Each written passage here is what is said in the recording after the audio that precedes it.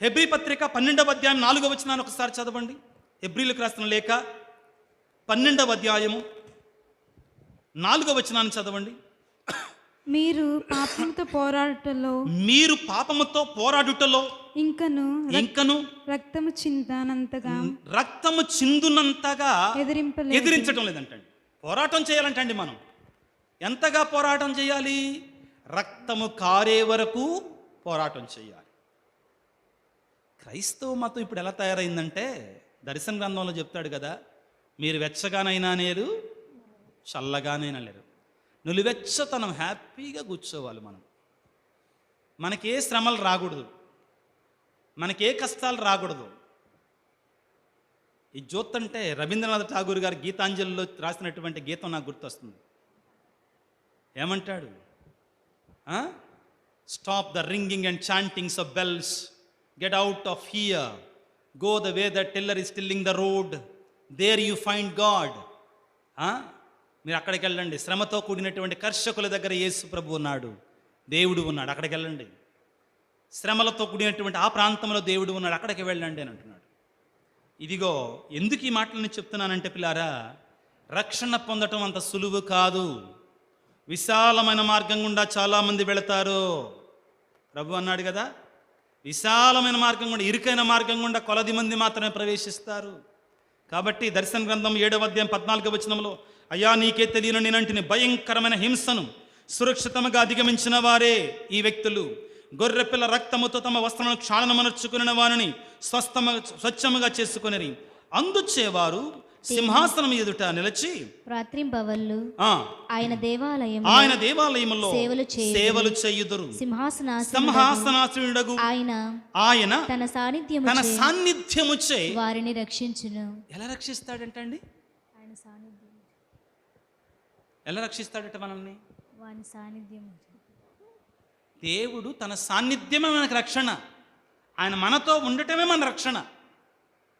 His presence is our salvation. Okay, 84వ కీర్తనలో ఉంటుందండి. ఏమని అంటే, ప్రభువా నేను నీ సాన్నిధ్యం అనే విందును ఆరగించి అంటాడు. ఏం ఆరగిస్తాడంటండి? సాన్నిధ్యం అంటే ఏంటి? దేవుడు సన్నిధిలో ఉండటమే విందు, అంతే కదండి. When you are in the presence of the Lord you are filled with, అదే ఆహారం మనకి, అదే భోజనం మనకి. దేవా నీ సాన్నిధ్యం అనే విందును ఆరగించి అంటాడు. ఇక్కడ ఏమంటారంటే, దేవుడట తన సాన్నిధ్యములో మనల్ని కాపాడతాడట, సన్నిధిలో మనల్ని కాపాడతాడంటే. నీవు రక్షణ పొందితే నువ్వు ఎలాగుంటావు? తెల్లని వస్త్రాలు ధరించి ఉంటావు. ఇప్పుడు ఎలా ఉంటావు చదువుకుందాం. 16వ వచనము, దర్శన గ్రంథము 7వ అధ్యాయం, దర్శన గ్రంథం 7వ అధ్యాయం 16వ వచనం. ఎన్నటికి వారికి ఆకలి దప్పులు ఉండవు. అనుకోమాకండి, అమ్మో నేను చచ్చిపోతున్నా కదా, మరి ఒక 10 కేజీల మాంసం, ఒక బస్తా బియ్యం కట్టుకొని వెళ్తే బాగుంటుంది. నేను ఇది ఊరికినే చెప్పట్లేదండి, నవ్వుకోవటానికి చెప్పట్లా. ఎందుకంటే మొన్న వెళ్ళాం మేము, గీజా పిరమిడ్స్ అంటారు. పిరమిడ్స్ తెలుసుగా, ప్రపంచంలో ఎత్తైన సమాధులు. సమాధి అది ఏంటిదండి? ఏముంటాయి లోపల? మమ్మీ. ఏముంటాయి? మమ్మీ. దాని చుట్టూ ఏముంటాయో తెలుసా? భోజన పదార్థాలు. అమ్మ నిజమమ్మా, భోజన పదార్థాలు, బంగారము, వజ్రవైడూర్యాలు. ఎందుకని? వాళ్ళు నమ్మేవాళ్ళు ఏంటంటే, మరలా లేస్తాం, లేచిన తర్వాత వాళ్ళకి భోజనం కావాలి కదా, తిక్కలతనం కదా. అసలు ఏమంటారంటే, ఇక్కడ క్రైస్తవ విశ్వాసం ప్రకారం రక్షణ పొందినటువంటి వారు, దేవుని సన్నిధికి వెళ్ళినటువంటి వారికి ఆకలి దప్పులు ఉండవు. ఎందుకని? ఇందాక చెప్పాను కదా, 84వ కీర్తన, దేవుని సన్నిధి మనకు ఆహారం అవుతుంది. కొంతమంది పునీతులు 20 సంవత్సరాలు 30 సంవత్సరాలు ఒట్టి దివ్య సప్రసాదం మీద బ్రతికారు. తెలుసా ఈ విషయం?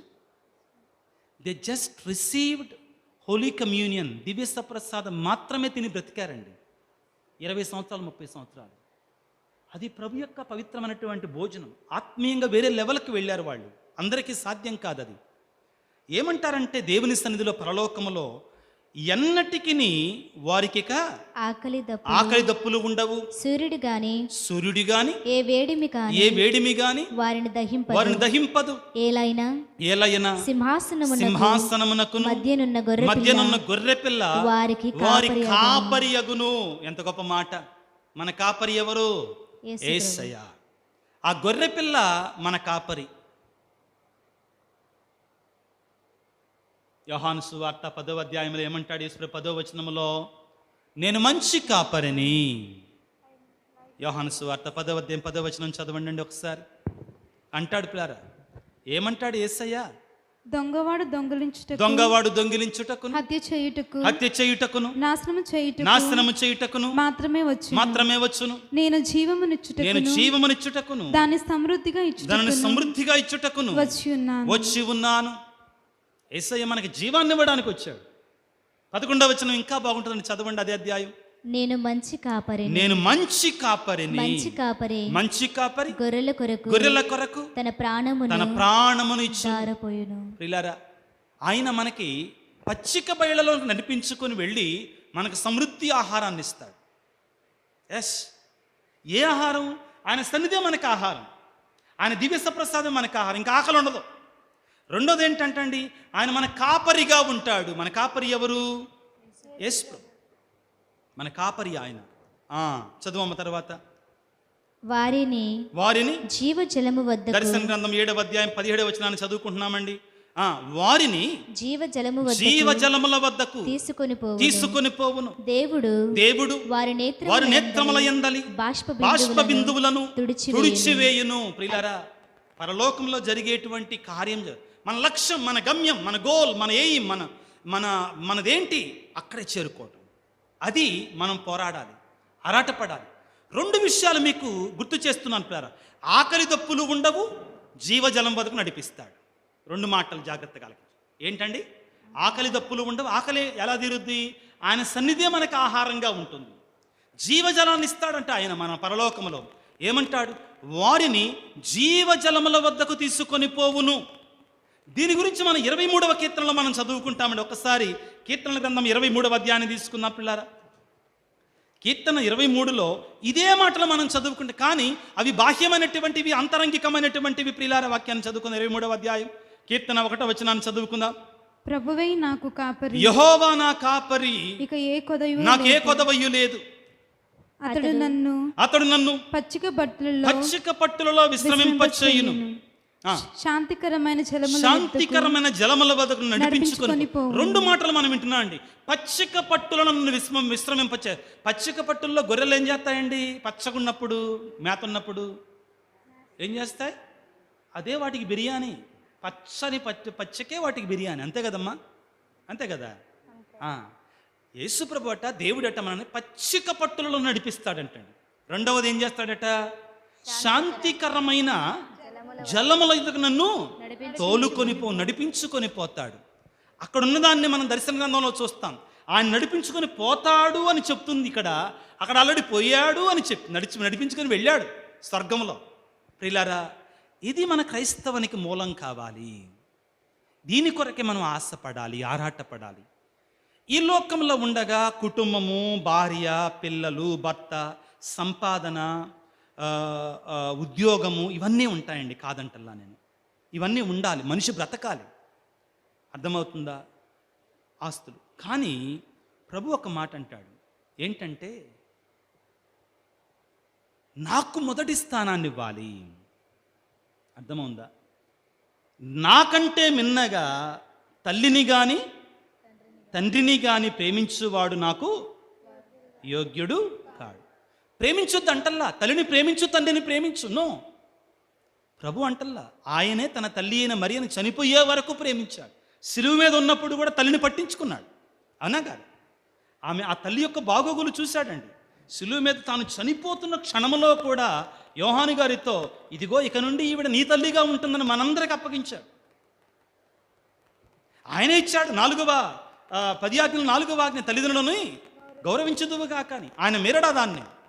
కానీ నాకంటే మిన్నగా తల్లిని కానీ తండ్రిని కానీ ప్రేమించువాడు నాకు యోగ్యుడిగాడు అనేటువంటి వాక్యంలో ఉండే పరమార్థం ఏమిటి అంటే ప్రియులారా, దేవునికి మొదటి స్థానాన్ని ఇవ్వాలి. అదేవిధంగా ఈ లోకంలో ఉండగా మనం జీవితాన్ని జీవించడానికి మనకు కావాలి ఇవన్నీ కూడా. కానీ వీటన్నిటి ద్వారా కూడా, కుటుంబము ద్వారా, మన ఉద్యోగము ద్వారా, మన వ్యాపారము ద్వారా, మన సమస్తము ద్వారా నేను దేవుని చేరుకుంటున్నానా లేదా, ఇది ప్రశ్న. నా గమ్యానికి దగ్గర అవుతున్నానా లేదా, నేను ఒక గురువుగా నా యొక్క పూజల ద్వారా, నా యొక్క వాక్య పరిచర్య ద్వారా, నా నిజాయితీ ద్వారా నేను దేవునికి దగ్గర అవుతున్నానా లేదా, మీరు ఒక మఠవాసిగా నేను నా పవిత్రమైన జీవితం ద్వారా, నా విరక్తత్వ జీవితం ద్వారా దేవునికి దగ్గర అవుతున్నానా లేదా, ఆ వాగ్దానం చేసినటువంటి ఆ స్వర్గరాజ్యాన్ని చేరుకోవటానికి, ఆ గమ్యాన్ని, ఆ లక్ష్యాన్ని చేరుకోవటానికి సిద్ధమవుతున్నానా లేదా, ఆత్మ పరిశీలన చేసుకోవాలి. సులభం కాదు. ముఖ్యంగా ఈ ఆధునిక ప్రపంచంలో అసలు సులభం కాదు. ఆశలు చూపిస్తున్నాడు సాతానుడు అనేటువంటి వాడు. గురువులకి, మఠవాసులకి, క్రైస్తవులకి భయంకరంగా శోధిస్తున్నాడు. దీనంతటికీ కూడా మనకి పరిశుద్ధాత్మ శక్తి కావాలి. పరిశుద్ధాత్మ ఆత్మ కుమ్మరింపు మనకు కావాలి. ఆయన శక్తి మనకు తోడుగా ఉంటే మనము సమస్తము సాధ్యమవుతుంది. ఒక సందర్భంలో పేతురు గారు అంటారు, అయ్యా ప్రభు అంటాడు, ధనవంతుడు పరలోక రాజ్యమున ప్రవేశించుట కంటే వంటె సూది బెజ్జములో దూరిపోవుట సులభతరము. సూది బెజ్జం అంటే బట్టలు కుట్టుకునే సూది బెజ్జం కాదండి. యేసుప్రభు అక్కడ చెప్పింది. నేను వెళ్ళాను అక్కడికి. అది ఒక చిన్న ద్వారం అండి, చిన్న ద్వారం. ఎలా ఉంటుందంటే చెప్తాను, దాన్ని వివరిస్తాను. సబ్జెక్ట్ అది కాదు, ఒక ముక్కలో చెప్పేస్తాను. ఈ ఇశ్రాయేలు పట్టణాలకండి పెద్ద ద్వారం ఒకటి ఉంటుంది. అది సాయంత్రం 5-6 గంటల కల్లా మూసేయబడుద్ది. అర్థమైందా? అది అయిపోయిన తర్వాత ఏమవుద్దంటే ఆలస్యంగా వచ్చే వాళ్ళ కోసం చిన్న ద్వారం, అది బాగా వంగుని వెళ్ళాలి. చిన్న ద్వారం, అసలు వంట అసలే పడదు దాంట్లో. అర్థమైందా? కాబట్టి ఆ పక్కనే చిన్న ద్వారం ఒకటి ఉంటుందండి.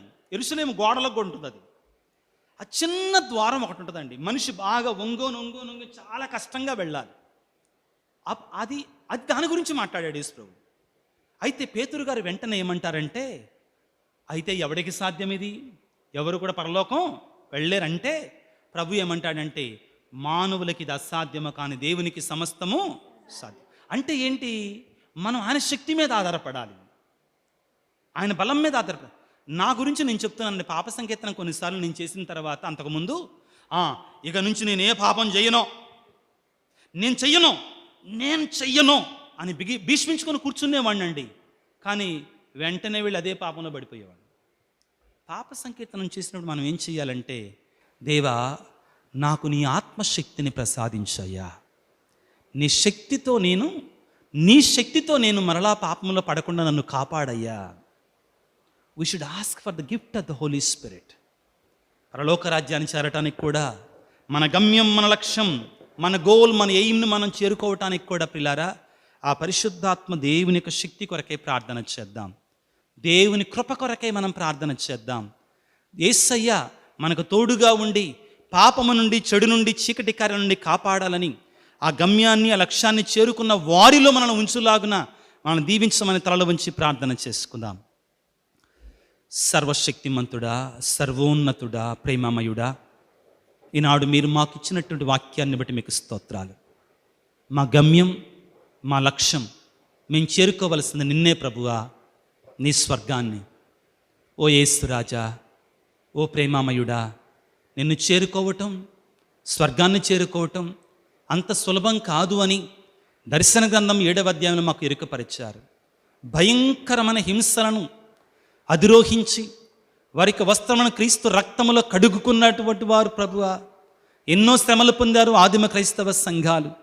ఈ ఆధునిక ప్రపంచంలో కూడా ఎన్నో శోధనలు, భయంకరమైనటువంటి శోధనలు మాకు వస్తూ ఉన్నాయి ప్రభువా. లోకం, శరీరం, సాతాను, పిచాచం అనేటువంటి జ్ఞాన శత్రువులు మా మీద దాడి చేస్తున్నాయి ప్రభువా. మాకు మీ శక్తి కావాలి, మాకు మీ ఆత్మబలము కావాలి, మాకు మీ ఆత్మీయ వర్షం మాకు కావాలి తండ్రి. మమ్మ కుమ్మరించండి, మమ్మ ముంచండి మీ అభిషేకముతో. మీ పరలోకపు కిటికలను తెరవండి ప్రభువా, మీ పరలోకపు ద్వారాలను తెరవండి నాయన. మమ్మ అభిషేకించండి, నీ పరిశుద్ధాత్మతోటి మాకు నూతనీకరణ దయచేయండి ప్రభువా. మాకు శక్తినివ్వండి నాయన, మమ్మ బలముతో నింపండి నాయన, నీ కృపతో మమ్మ నింపండి నాయన. సాతాను చేసేటువంటి కుతంత్రాల నుండి, సాతాను చేసేటువంటి శోధన నుండి మమ్మ కాపాడండి. పరలోక ప్రార్థనలు మేము వేడుకుంటాం ప్రభువా, మమ్ము శోధనలో పడనీయక కాపాడండి అని వేడుకుంటున్నట్టు ఆ ప్రార్థనను మేము అర్థవంతంగా చేసుకుని ప్రభు ఆ శోధనలో విజయం పొందడానికి మాకు శక్తినివ్వండి. అలనాడు గెత్సెమనే తోటలో నీ శిష్యులకు నువ్వు పలికిన మాట ప్రభువా, శోధనలకు గురి కాకుండాటకై మేల్కొని ఉండి ప్రార్థన చేయండి ప్రభువా. ఆ ప్రార్థనలో ఉండి ఆత్మచేత నడిపించబడే బిడ్డలుగా, గురువులుగా, మఠవాసులుగా, విశ్వాసులుగా, సంఘ పెద్దలుగా, మరిదల సభ్యులుగా, విన్సెంట్ ది పాల్ సొసైటీ సభ్యులుగా, క్రైస్తవులుగా జీవించడానికి కావాల్సిన శక్తిని, అనుగ్రహాన్ని, ఆశీర్వాదాన్ని మాకు దయచేయమని ప్రత్యేకంగా వేడుకుంటున్నాం. అనారోగ్యముతో బాధపడుతున్న బిడ్డల ప్రభువా, నీ గాయపడిన హస్తాలతో తాకండి ప్రభువా. కుటుంబాలలో ముఖ్యంగా ప్రభు భార్యాభర్తల మధ్యలో సాతానుడు గలిబిలి చేస్తున్నాడు, శాంతి లేకుండా, సమాధానం లేకుండా చేస్తున్నాడు. అటువంటి కుటుంబాలలో భార్యాభర్తల మధ్యలో అర్థవంతమైన ప్రేమ బంధాన్ని బలపరచండి నాయన. పిల్లలు తల్లిదండ్రుల మధ్యలో కావలసిన ప్రేమ బంధాన్ని నెలకొల్పండి నాయన. ఉద్యోగం కొరకై, గర్భఫలం కొరకై, జీవితంలో స్థిరపడటం కొరకే, పరీక్షల గురించి ప్రార్థన చేయమని అడుగుతున్నట్టు వారందరిని దీవించండి నాయన. ప్రత్యేకమైన రీతిలో ప్రభువా, మా నూతనంగా ఎన్నిక చేయబడినటువంటి 14వ లియో పాపు గారి కొరకే ప్రార్థిస్తున్నాము నాయన. ఆయనకి మీరు తోడుగా ఉండండి. ఈ ప్రపంచాన్ని, క్రైస్తవ కథోలిక సంస్థలను, యొక్క క్రైస్తవ కథోలిక విశ్వాసాన్ని ముందుకు నడిపించడానికి కావాల్సిన బలాన్ని దృఢంగా తనకు ప్రసాదించండి. మా కొరకే ప్రార్థించండి స్వామి. అడిగినట్టు వారందరిని దీవించండి ప్రభువా. పూజలు అర్పించమన్నటువంటి వారందరి కొరకే వేడుకుంటున్నాం తండ్రి. ఈ పరిచర్య సాగటానికి ఆర్థికంగా సహాయం చేస్తున్నటువంటి వారిని సమృద్ధిగా దీవించమని, మా కొరకు ప్రార్థించమని ప్రభువా. ఎవరైతే యూట్యూబ్ ద్వారా ఆ వేడుకుంటున్నారో వారందరిని వారి తలంపులను దీవించమని, ఈ వాక్య పరిచర్యలో పాల్గొని సహకరించినటువంటి ఈ నీ బిడ్డలందరినీ ప్రత్యేకంగా ఆశీర్వదించమని మా ప్రభు అయిన క్రీస్తు ద్వారా వేడుకొనిచున్నాము తండ్రి. ఆమేన్. ప్రభువు మీతో ఉందురుగాక, మీ ఆత్మతో ఉండునుగాక. సర్వశక్తి గల సర్వేశ్వరుడు పిత, పుత్ర, పవిత్ర ఆత్మ మిమ్ము మీ కుటుంబాలను చల్లగా దీవించి ఆశీర్వదించి కాపాడుదురుగాక. ఆమేన్. God bless you. దేవుడు మిమ్ము దీవించుగాక. ఆమేన్.